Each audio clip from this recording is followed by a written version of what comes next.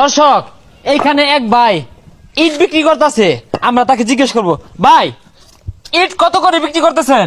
10 টাকা পিস। 10 টাকা পিস। আমি আপনাকে 500 টাকা দিব, আপনি এক ইট খেয়ে দেখাবেন। এই মিয়া কি কই, কি খাওয়ার জিনিস 500 দিলেই খাওন যাইবো? তার মানে দর্শক তার ইটে ভেজাল আছে। আরে কি আর ভেজাল আছে?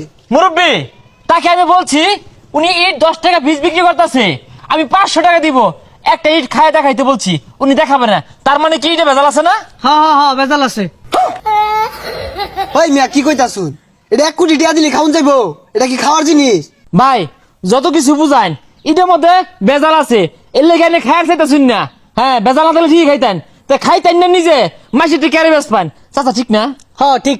এই মিয়া ইট কি খাওয়ার জিনিস? ক ভেজাল আছে? দুনিয়ার মানুষ ইট কিনতে আছে, ও করতে ভেজাল নাই, আইনিতে ভেজাল আছে মারাইছুন জানিতে? কি যাইবো দর্শক, ওনার ইটে বেজাল আছে, এই জন্য ইট খাই নাই। ভাই এই মাছ কেজি কত? 160 টাকা কেজি। আইনের আমি 1000 টাকা দিবাম, এই মাছটা আইনের 5 দিয়ে দিন। এটা কোনো সম্ভব নাই। তার মানে মাছও ঝামেলা আছে, মাছের বাড়া না, মাছও বেজাল আছে।